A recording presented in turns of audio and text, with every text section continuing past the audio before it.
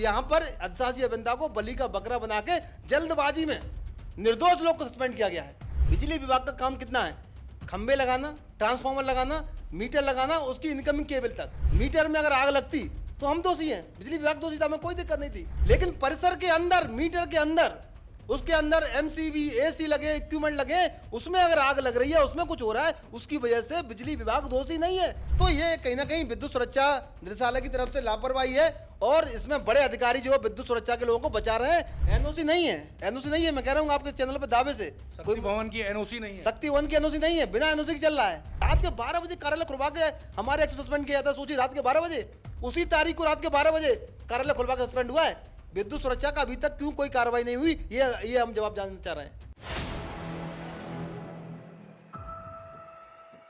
4 PM news network में आप सभी का स्वागत है। मैं हूं क्षितिज कांत। लखनऊ के सबसे बड़े अग्निकांड में तमाम जो दोषी हैं उनको लेकर के एक एसआईटी जांच गठित हुई थी। एसआईटी की टीम ने उन तमाम पहलुओं पर जांच कर रिपोर्ट मुख्यमंत्री योगी आदित्यनाथ को सौंप दी है। लेकिन बड़ी बात ये, तमाम उन पहलुओं को भी छोड़ा गया है जिन पर जांच करना जरूरी था। इस तरीके के सवाल भी खड़े हो रहे हैं। बड़ा सवाल ये है कि शॉर्ट सर्किट के कारण आग लगी, ये सवाल खड़ा हुआ। लोगों ने कहा कि जो एयर कंडीशनर लगा हुआ था उसमें अचानक से शॉर्ट सर्किट हुआ और पूरी बिल्डिंग जलने लगी। नतीजा ये कि 15 लोगों की जान चली गई। एक बड़ा खुलासा आज 4 PM न्यूज नेटवर्क पे होने जा रहा है इस पूरी जांच रिपोर्ट को लेकर के भी, क्योंकि ये जांच रिपोर्ट भी सवालों के घेरे में है। एक अभियंता को तत्काल सस्पेंड कर दिया गया था, लेकिन सबसे बड़ा सवाल ये है वो तमाम जो असिस्टेंट डायरेक्टर्स थे, सहायक निदेशक थे विद्युत सुरक्षा निदेशालय के, उन पर कार्रवाई क्यों नहीं हुई। एक बिल है, एक चालान है जो 2016 में जमा किया गया था उसी बिल्डिंग के मालिक के द्वारा।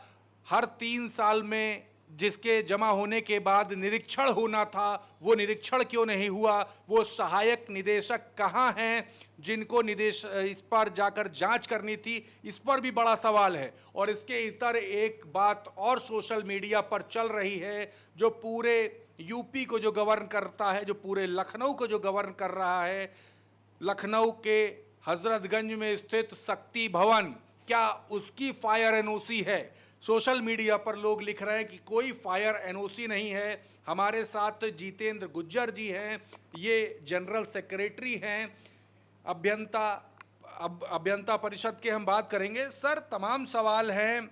एक चालान है आपके पास जो कि 2016 में ही जमा किया गया था और उसके बाद अब जो ये अग्निकांड हुआ है, सारा ठीकरा आपके ही जो साथी हैं, अभियंता हैं, उन पर फोड़ दिया गया, तत्काल सस्पेंड कर दिया गया।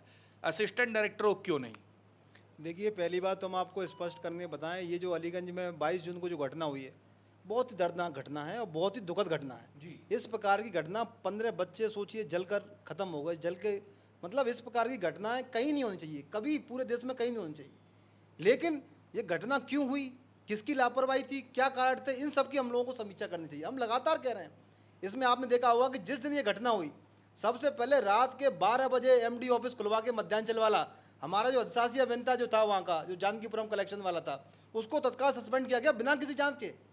उस पर क्या आरोप लगाया, ये देखिए, ये निलंबन आर्डर है उसका, ये निलंबन आर्डर है। उसमें ये उस पर आरोप लगाया कि पिछले 3 महीने से उसकी जो कनेक्शन लिया था उसकी डिमांड ज़्यादा चल रही थी और उसने लोड बढ़ाने की कार्रवाई नहीं की गई, इसलिए वो सस्पेंड किया गया।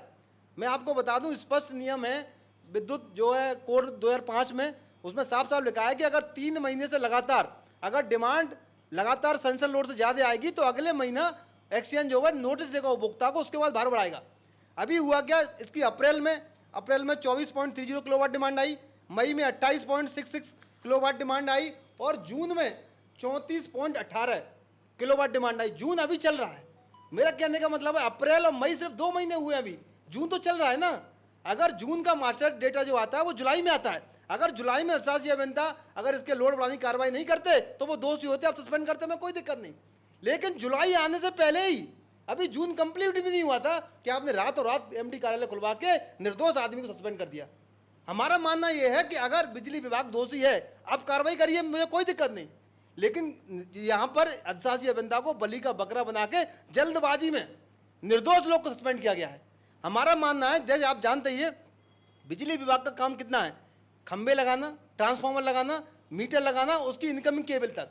देखिए अगर हमारा मीटर इतना मजबूत था, वहाँ पे मीटर में अगर आग लगती तो हम दोषी हैं, बिजली विभाग दोषी था, हमें कोई दिक्कत नहीं थी। अगर जो इनकमिंग केबल आई है खंबे से लगती है, अगर उसमें आग लगती, उसके बाद आग लगती तो हम दोषी हैं। अगर ट्रांसफार्मर में आग लगती, उससे आग लगती तो हम दोषी हैं। अगर बंच जो केबल होता है, अगर उसमें आग लग जाए, उससे आग लग जाए तो हम दोषी हैं। लेकिन परिसर के अंदर, मीटर के अंदर, उसके अंदर एमसीबी, एसी लगे, इक्विपमेंट लगे, उसमें अगर आग लग रही है, उसमें कुछ हो रहा है, उसकी वजह से बिजली विभाग दोषी नहीं है। क्योंकि ये सारा काम जो होता है, ये सारा काम जो कितने एम्पियर की एमसीबी लगी है, कितने एमएम का वायर है, कितनी एसी है, कितना लोड है, ये सारा काम विद्युत सुरक्षा निदेशालय का होता है, जो उनको निरीक्षण करना होता है।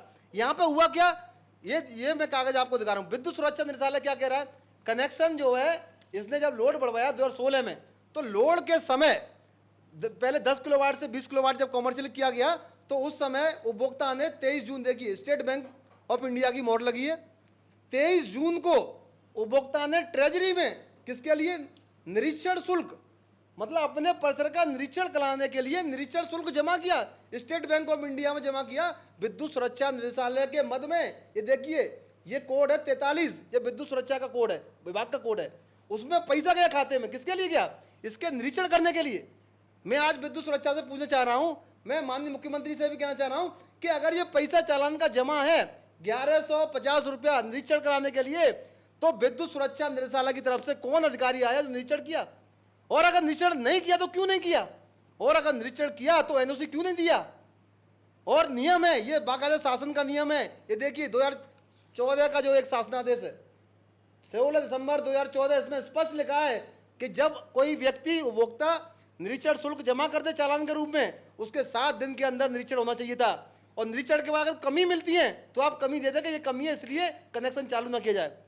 अगर हम बता रहे हैं आपने निरीक्षण किया, अगर कोई कमी थी तो आप कमी देते, लेकिन आप कह रहे हैं मैंने एनओसी जारी नहीं किया, एनओसी फर्जी है। आप बता रहे हैं एनओसी फर्जी है, तो एनओसी फर्जी है तो ये बताइए निरीक्षण किसने किया, निरीक्षण किया कि नहीं किया। और निरीक्षण सिर्फ एक बार नहीं, नियम है कि हर 3 साल में उस परिसर का निरीक्षण होगा। मतलब पहले 2016 में निरीक्षण, फिर 2019 में निरीक्षण, फिर 2022 में निरीक्षण, और अब 2026 में निरीक्षण। तो इन समय समय में कौन कौन विद्युत सुरक्षा के अधिकारी रहे जिन्होंने निरीक्षण नहीं किया, किसने, किसकी लापरवाही है जिसकी वजह से आग लगी। तो हमारा कहने का मतलब है सारे दस्तावेज हमारे पास है, सारे सबूत हमारे पास है। उसने चालान जमा किया, जिम्मेदारी थी निरीक्षण की, विद्युत सुरक्षा की, वो निरीक्षण नहीं हुआ। अगर हुआ तो फिर एनओसी कहाँ है, अगर नहीं है तो फिर ये बताया जाए कि क्यों नहीं एनओसी मिली उसको जो है। और सबसे बड़ी बात, जो हमारा इंजीनियर जो आनंद फानंद में रात के 12 बजे कार्यालय खुलवा के सस्पेंड किया गया है, बहुत ही निर्दोष है, बहुत ही ईमानदारी व्यक्ति है, उसको जबरदस्ती बलि का बकरा बनाया गया है। मैं आपके चैनल के माध्यम से माननीय मुख्यमंत्री से अनुरोध करूंगा कि जो एसआईटी बनी है, एसआईटी का स्वागत है। एसआईटी जो भी दोषी हैं एक्चुअल, उन पर कठोर कार्रवाई करे। इस मामले पर कोई कंप्रोमाइज नहीं होना चाहिए, कठोर कार्रवाई हो, जो भी दोषी हो। अगर हमारा इंजीनियर भी दोषी तो उस पर भी कार्रवाई हो, लेकिन जो बलि का बकरा बनाया गया है हमारे एक्शन को रात के 12 बजे सस्पेंड करके, वो निर्दोष आदमी है, उसके निलंबन ऑर्डर को तत्काल समाप्त किया जाए, ये हमारा मानना है। आपसे एसआईटी टीम के किसी भी व्यक्ति ने आपसे कॉल करके बात की? आप तो जनरल सेक्रेटरी हैं, आपसे तो बात होनी चाहिए थी। देखिए ये कागज हमारे पास है, अगर एसआईटी हमसे मांगेगी तो हम इस कागज को दे देंगे उनको, और कहेंगे ये कागज को आप संज्ञान लीजिए, नोट लिख लीजिए इस कागज को, और इस पर निरीक्षण शुल्क जमा है। उसके बाद विद्युत सुरक्षा के लोगों ने क्या कार्रवाई की वो उनसे पूछिए। विद्युत सुरक्षा के लोग तो बच रहे हैं कि हमारी एनओसी है ही नहीं, हमारे पास तो कुछ है ही नहीं। अरे इतना बड़ा कार्यालय चल रहा है 20 किलोवाट का, आपको पता ही नहीं कि एनओसी है कि नहीं है उस पर, और वैसे भी समय समय पर निरीक्षण करना आपकी जिम्मेदारी है। तो ये कहीं ना कहीं विद्युत सुरक्षा निदेशालय की तरफ से लापरवाही है, और इसमें बड़े अधिकारी जो विद्युत सुरक्षा के लोगों को बचा रहे हैं। मेरा मानना है कि जो भी दोषी है कठोर कार्रवाई होनी चाहिए, ऐसे प्रकरण में जो है किसी को बख्शा नहीं जाना चाहिए। कौन अधिकारी इसमें इन्वॉल्व हो सकते हैं? देखिए जो जिम्मेदार हैं, अब जो भी जिसकी जिम्मेदारी थी, चाहे जो भी, चाहे सहायक निदेशक हो, चाहे डिप्टी डायरेक्टर हो, चाहे डायरेक्टर हो, जिसकी भी जिम्मेदारी है, ईमानदारी से एसआईटी जांच करे और जो भी दोषी है उस पर कार्रवाई करे, यही हमारा मानना है। एक और सवाल खड़ा हो रहा है, तमाम जो बिल्डिंगें हैं उस पर जाकर के कार्रवाई हुई, एलडीए द्वारा सील हुआ, वहाँ पर जांच हुई, लेकिन सबसे बड़ी बात ये सोशल मीडिया पर लोग लिख रहे हैं शक्ति भवन है, क्या इसकी फायर एनओसी है? देखिए, हम आपको पहले भी कई लोगों को मैं बता चुका हूँ, जब 2023 में ये जो लगे थे जो फेस रिकॉग्निशन यहाँ पे, जो फाटक वाला देखा होगा आपने, उसको चेहरा दिखा के वहाँ पे निकलते हैं, वहाँ पे भी लगे शक्ति भवन में। शक्ति भवन में दोनों तरफ से लगे हैं। और मैं जब 2023 में था तो मैंने पूरा पता किया था कि भाई एनओसी है कि नहीं है फायर वाली जो है, क्योंकि शक्ति भवन में 4000 से अधिक कर्मचारी, अभियंता, इवन डायरेक्टर, एमडी, चेयरमैन भी वहीं बैठते हैं। और मुझे पूरी मेरी नॉलेज में है कि शक्ति भवन में एनओसी नहीं है। और ये एनओसी इतनी बड़ी, अगर एनओसी नहीं है और इतने लोग वहाँ काम कर रहे हैं तो कहीं ना कहीं सबकी सुरक्षा के दृष्टिगत ये ठीक नहीं है। एनओसी तुरंत लेनी चाहिए, क्योंकि शक्ति भवन में अगर मान लीजिए, आप पहली बात तो शक्ति भवन को जानते होंगे, शक्ति भवन एक ऐसा भवन है जिसमें हर साल आग लगती है, कहीं ना कहीं हर साल आग लगती है, चाहे भले किसी फ्लोर पर लगे, छोटे से एरिया में लगे। पिछली साल भी आप देख रहे हैं, साथ में जो हमारा 5वां तल है आईटी का, उसमें आग लगी थी, और उससे पहले भी आग लगी थी। तो आग लगती रहती है। तो मेरा मानना यह है कि फायर के पुख्ता इंतजाम किए जाए, लोगों की, कर्मचारियों की, अभियंताओं की जो है, जो वहाँ लोग बैठे हैं, उनकी सुरक्षा जो कंप्रोमाइज हो रही है वो ना होनी चाहिए। एनओसी अगर नहीं है तो तत्काल एनओसी इसकी लेनी चाहिए जो है। एनओसी है या नहीं, मतलब हाँ या ना? एनओसी नहीं है, एनओसी नहीं है, मैं कह रहा हूँ आपके चैनल पर दावे से। शक्ति भवन की एनओसी नहीं है? शक्ति भवन की एनओसी नहीं है, बिना एनओसी के चल रहा है। फायर के कोई पुख्ता इंतजाम है ही नहीं वहाँ पे। आप पता कर लीजिए जाके, आप शक्ति भवन यहीं पास में है, चले आइए। किसी भी एक जिम्मेदार व्यक्ति हैं आप बोल रहे हैं? हम बोल रहे हैं, बहुत जिम्मेदारी से बोल रहे हैं। अगर कोई शक्ति भवन की फायर की एनओसी मुझे दिखा दे तो आप मुझे दिखा दीजिए। आप जो बोल रहे हैं इससे मंत्री एके शर्मा की जमीन खसक जाएगी, एमडी की जमीन खसक जाएगी? जो भी है, हमने तो कई बार मांगा, हमें तो अभी तक दी नहीं। हमने कई बार मांगा, लिखित में भी कहा कि आपने रिकॉग्निशन जो चेहरे वाले लगा दिए हैं, कल को अगर कुछ होता है तो आप लोग जिम्मेदार होंगे। हमने लिख के दिया है, क्योंकि फायर की एनओसी नहीं है। मैं फिर दोबारा कह रहा हूँ, फायर की शक्ति भवन की एनओसी नहीं है। अगर किसी के पास हो तो हमें दिखा दे, हमारी संज्ञान में कि कोई एनओसी नहीं है। देखिए, बड़ी बात कही। और दूसरी बात ये भी है, ये जो गाज गिराई है आपके साथी अभियंता में, क्योंकि आप जनरल सेक्रेटरी, आपके पास तमाम कंप्लेंट्स आई होगी, किसको बड़ा दोषी मानते हैं इसमें आप, इस पूरी घटना में? देखिए, दोषी हम तो ये कह रहे हैं, एसआईटी बनी है, सबकी जांच हो, हर सिरे से जांच हो। आपसे किसी ने एसआईटी सदस्य ने कॉल की? नहीं, अभी कोई हमारी बात नहीं हुई। बात नहीं, रिपोर्ट सौंप दी गई है मुख्यमंत्री जी को? ठीक है, रिपोर्ट सौंप दी होगी, उन्होंने सबकी जांच पहलुओं पर कर ली गई होगी। लेकिन मेरा ये मानना है, ये चालान जो जेन्युइन है, इसकी एक बार परीक्षण करा ले, और इसके बाद विद्युत सुरक्षा के लोगों ने वहाँ पे जाकर निरीक्षण क्यों नहीं किया, किसकी लापरवाही है, इसके जो इसमें भी इस बिंदु को ले ली जाए। और अगर किसी की अगर लापरवाही होती है विद्युत सुरक्षा के, तो उस पर कड़ी से कड़ी कार्रवाई की जाए, ये हमारा मानना है। जांच करने का काम तो विद्युत सुरक्षा निदेशालय के जो सहायक निदेशक है उनका है, तो क्या डायरेक्ट आप उनको कह रहे हैं कि वो इसमें उनकी गलती है? देखिए, सिंपल सी, जिसको काम तो जांच, उन्हीं का है, जिसका जांच करने का अधिकार है, जिसका उत्तरदायित्व है, सिंपल सी बात है, उन्हीं का उत्तरदायित्व था। उन्होंने क्यों नहीं जांच की? ये एसआईटी पूछे उनसे कि भाई ट्रेजरी का अगर एसबीआई में जमा है आपके विभाग में पैसा, तो इसके बाद आपने क्या किया, आप ये बताइए। तो मतलब एसआईटी असिस्टेंट डायरेक्टर को बचा रही है? एसआईटी पूरा विभाग बचा रहा है। विद्युत सुरक्षा निर्देशालय हम बता रहे हैं, जिसकी अंदर जो परिसर के अंदर जो वायरिंग होती है, सबका अंदर का जांच करने का विद्युत सुरक्षा काम है। अभी आप देखिए, हमारे इंजीनियर तत्काल सस्पेंड किया गया। विद्युत सुरक्षा के किसी भी अधिकारी, किसी भी कर्मचारी पे कार्रवाई क्यों नहीं हुई, ये सवाल मैं पूछता हूँ। मतलब मामले को रफा दफा करने का प्रयास? बिल्कुल रफा दफा हो रहा है। अगर रफा दफा ना होता तो अभी तक कार्रवाई होती, लेकिन कोई कार्रवाई नहीं हुई, अभी तक कोई कार्रवाई नहीं हुई विद्युत सुरक्षा की। एकदम पूरा विभाग, विद्युत सुरक्षा वाले पूरा विभाग बचा रहे हैं। हमारे यहाँ तत्काल कार्रवाई हुई, रात के 12 बजे कार्यालय खुलवा के हमारे एक्सेस सस्पेंड किया जाता है। सोचिए, रात के 12 बजे, उसी तारीख को रात के 12 बजे कार्यालय खुलवा के सस्पेंड हुआ है। विद्युत सुरक्षा का अभी तक क्यों कोई कार्रवाई नहीं हुई, ये हम जवाब जानना चाह रहे हैं। बहुत बहुत धन्यवाद। तो हमारे साथ जितेंद्र गुर्जर जी थे, बड़े सवाल खड़े कर दिए हैं आज। 15 लोगों की जान चली गई। अलीगंज में जो 3D एनिमेशन सेंटर था, कोचिंग सेंटर भी उसे बोला जा रहा है, वहाँ पर पढ़ाते थे बच्चों को और वहाँ पर प्रोफेशनल वर्क करते थे, मतलब इंटर्न वर्क करते थे, वहाँ पर आग लग गई। शॉर्ट सर्किट कारण बताया गया, लेकिन जो विद्युत के बड़े अधिकारी है विद्युत विभाग के, उन पर कोई भी कार्रवाई नहीं हुई। एक अभियंता को मात्र सस्पेंड कर दिया गया। आपको बता दें, जो असिस्टेंट डायरेक्टर हैं विद्युत सुरक्षा निदेशालय के, इनकी पूरी जिम्मेदारी थी कि बिल्डिंग के अंदर जो इक्विपमेंट लगे हैं, जो लोड है, उसकी जांच करें। इवन जो एमसीवी तक लगती है उसकी भी जांच करने का पूरा जिम्मेदारी इन्हीं की थी। तो 2016 में जो चालान कटा स्टेट बैंक ऑफ इंडिया में, उसके हर 3 साल पे जो जांच करने के निर्देश थे वो जांच क्यों नहीं हुई?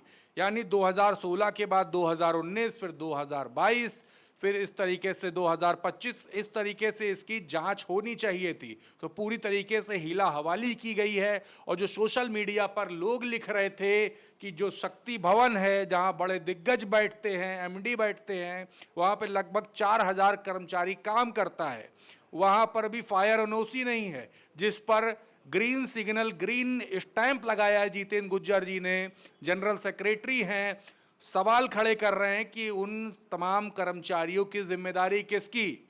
मंत्री एके शर्मा बैठे होंगे इस समय एसी में, एमडी बैठे होंगे एसी में, लेकिन तमाम जो कर्मचारी हैं उनकी जान को खतरा भी है।